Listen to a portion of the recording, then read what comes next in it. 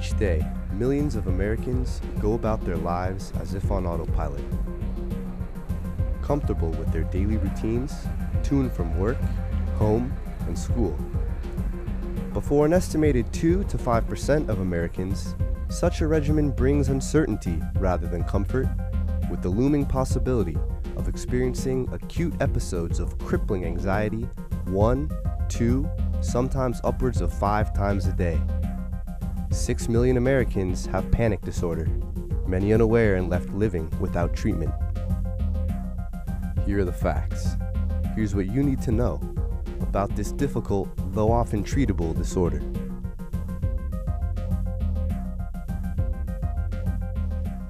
Tess is experiencing what is known as a panic attack, the cornerstone symptom of panic disorder.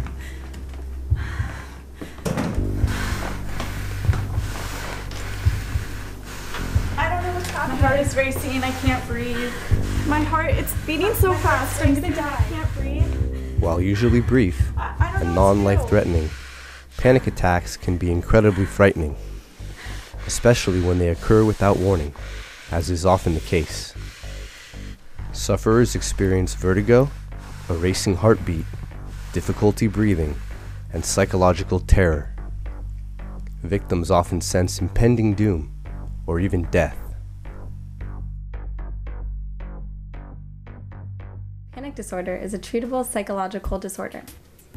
According to the DSM-4, in order to be classified as having panic disorder, a person must have recurrent attacks that are unexpected, as well as 1 month or more of worrying about the future panic attacks, the consequences of their panic attacks, or a significant behavior change due to the panic attacks.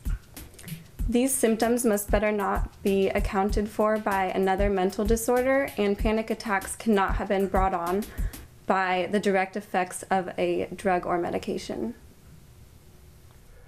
So what does bring on a panic attack? Why do some previously healthy individuals suddenly experience such extreme symptoms?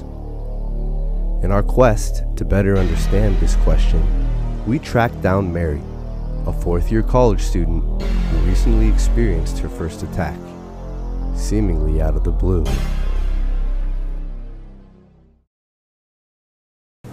I'm Mary LaPresti, and I'm 21 and I'm living with panic disorder.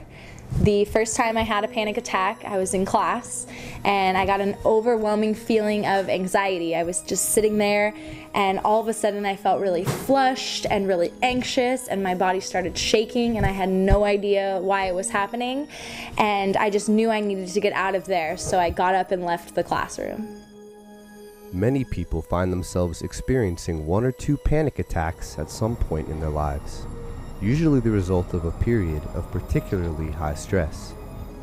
But it is when the panic attacks cease to stop and instead progress in frequency that one should consult a mental health professional to assess the possibility of an underlying psychological disorder. After my first panic attack, I began having constant anxiety throughout the day, and when I was at home and would start to have bad panic attacks, my breathing would become rapid and irregular, and my heartbeat would just be racing uncontrollably, and I wouldn't be able to speak because I was shaking so bad. It got to the point where some of my roommates were ready to take me to the hospital at some points, and it was just a really scary, overwhelming experience. After having multiple panic attacks of increasing severity, Mary sought professional help. Mary was told that her episodes were unlikely to be simply stress-induced. Rather, each panic attack she had further perpetuated her anxiety and fears of having yet another. Mary was developing panic disorder. Could there be a reason why? The causes of panic disorder is kind of unknown, and it's basically theorized that the behaviors that you learn from the somatic sensations that you feel when you have a panic attack end up with you avoiding situations that you think will cause these symptoms. Because I didn't know what was happening to me, I just was having these uncontrollable panic attacks that were scaring me and perpetuating the panic. While Mary promptly sought professional advice, individuals reluctant to seek help for panic disorder can develop the more serious condition of agoraphobia. This occurs when symptoms progress to the point where even the prospect of leaving one's home is too frightening. Individuals may stay hidden within their own homes for weeks, months, or even years without venturing outside. Once classified with panic disorder, it is then possible to be classified as panic disorder with agoraphobia or panic disorder without agoraphobia. Agoraphobia is an abnormal fear of being in open or public places. Panic disorder can exist without agoraphobia. However, agoraphobia cannot be present without panic disorder. In order to be classified as having panic disorder with agoraphobia, a person must have anxiety about being in places or situations where escape may be difficult. They may avoid these situations, and the symptoms must not be better accounted for by another mental disorder. Tess's symptoms have progressed to full-blown agoraphobia. Her anxiety has now become so severe that she has difficulty leaving her house because of her fear of having a panic attack.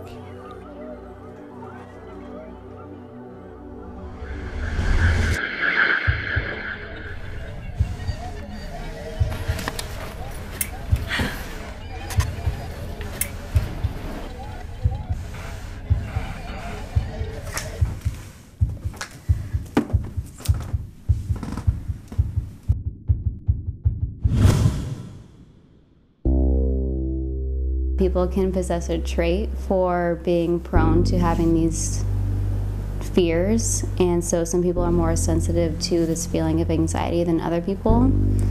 And people can learn a conditioned response to pairing this feared situation with the somatic sensations they're feeling.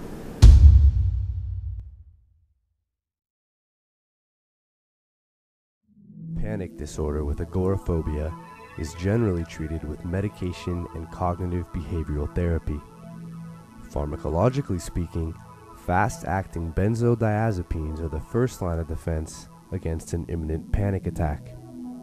But these pills can be habit-forming and even worsen anxiety. For the long term, treatment consists of antidepressants, which have been shown to be highly effective in treating panic disorder after the 12 weeks required by the drug to take effect. Our actions, thoughts, and emotions are all connected to our physical responses. In order to produce changes in emotion, we can make changes to one of the other aspects, such as our thoughts and actions. Cognitive behavioral therapy works to recognize and replace panic-causing thoughts and utilize stress management and relaxation techniques. These together help reduce stress and anxiety and improve overall mood.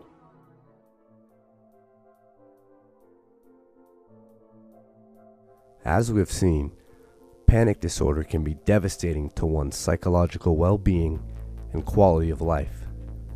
But with the proper treatment, its symptoms can be controlled almost entirely. If you or someone you know is one of the 6 million Americans suffering from panic disorder, seek help from a medical professional.